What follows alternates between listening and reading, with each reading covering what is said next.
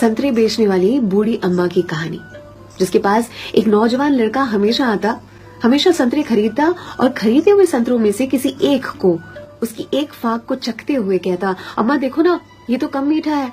और अम्मा हमेशा दूसरी फाक को चखते हुए कहती, नहीं बेटा, ये तो बराबर मीठा है।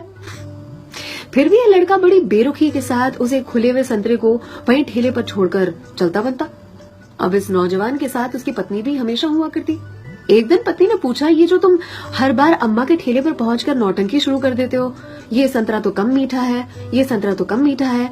संतरे तो मैंने भी चखे हैं, बराबर होते हैं, लेकिन फिर इस नौटंकी के पीछे राज क्या, चाहते क्या हो तुम?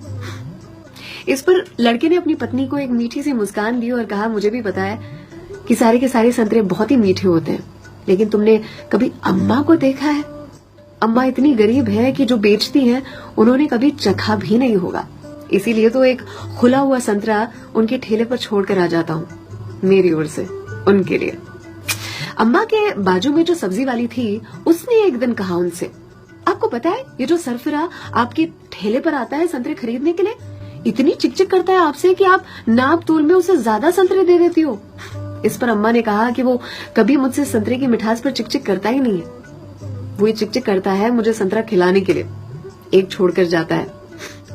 क्या मुझे पता नहीं है? उसकी चिकचिक में भी उसके प्यार की मिठास नजर आती है।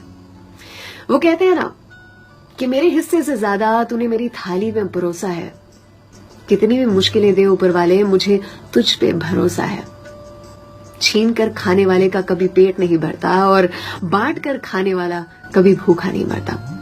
अगर कोई ऐसा दिखे उसकी मदद जरूर से करे। इसी को तो कहते हैं जियो दिल से। सलाम, दुआ, वणकम, प्रणाम, सत श्री अकाल। केम छो? सारू छे? अमदावाद आखुई मारू छे।